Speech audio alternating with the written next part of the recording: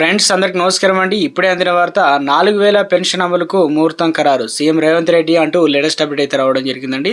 So ఆ వివరాలు ఏంటనేది వీడియో రూపంలో తెలుసుకుందాం. వీడియోని పూర్తిగా చూడండి, కంప్లీట్ ఇన్ఫర్మేషన్ అయితే అర్థమవుతుందండి. వీడియో ఇంకెవరైనా సరే మన ఛానల్ సబ్స్క్రైబ్ చేయకుండా వీడియో వస్తున్నట్లయితే వెంటనే మన ఛానల్ సబ్స్క్రైబ్ చేసుకొని bell button all notification activate చేసుకోండి. అదేవిధంగా లైక్ చేయడం మర్చిపోతున్నాను, దయచేసి లైక్ చేయండి. లేట్ చేయకుండా వీడియోలకి అయితే వెళ్ళిపోదామండి. మనం తెలంగాణలో రేవంత్ సర్కారు కొలువుదీరి ఏడాది పూర్తవుతుంది. ఈ సమయంలో ప్రభుత్వం కీలక నిర్ణయాలు తీసుకుంటుంది. అధికారంలోకి రావడానికి దోహదం చేసిన గ్యారంటీల అమల్లో భాగంగా రేవంత్ సర్కార్ ఇప్పటికే కొన్ని ప్రారంభించింది. అయితే ఇక 4000 రూపాయల పెన్షన్ అమలు దిశగా ప్రభుత్వం కసరత్తు ప్రారంభించింది. ఇప్పటికే లబ్ధిదారుల సంఖ్య, ఖర్చు అంచనాపైన ఒక స్పష్టత వచ్చిందనమాట. దీంతో త్వరలోనే ఈ పథకం అమలుపైన ప్రకటనకు సిద్ధమవుతుందన్నమాట.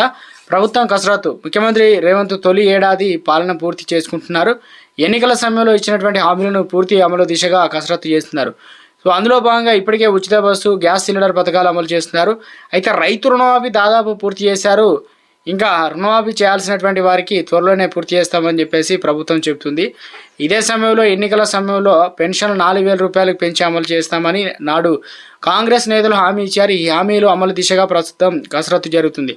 త్వరలోనే పంచాయతీ ఎన్నికలు వెళ్లాలని ప్రభుత్వం భావిస్తున్న వేళ పెన్షన్లు పెంపు, ఎన్నికలకు సంబంధించి ముందే పెండింగ్లో ఉన్నటువంటి హామీలు అమలు చేయాలని ఆలోచన చేస్తుంది.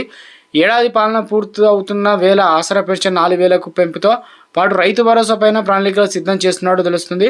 ఇక రైతు భరోసా గురించి ప్రతిపక్షాల నుంచి విమర్శలు మొదలయ్యాయి.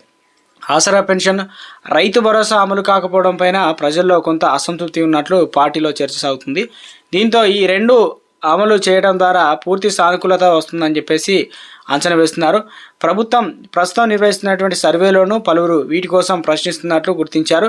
ఈ రెండు అమలు చేయకుండా స్థానిక సంస్థల ఎన్నికలకు వెళ్తే నష్టం తప్పదని భావిస్తున్నారు. మొత్తం మీద అయితే అసెంబ్లీ సమావేశంలో ప్రస్తుతం 2000 రూపాయలు ఉన్న పెన్షన్ 4000 రూపాయలు, దివ్యాంగులకు 4000 రూపాయలు ఉన్నటువంటి పెన్షన్ 6000 రూపాయలకు పెంచే దిశగా ఆర్థిక శాఖ ప్రతిపాదనలు అయితే సిద్ధం చేస్తుంది.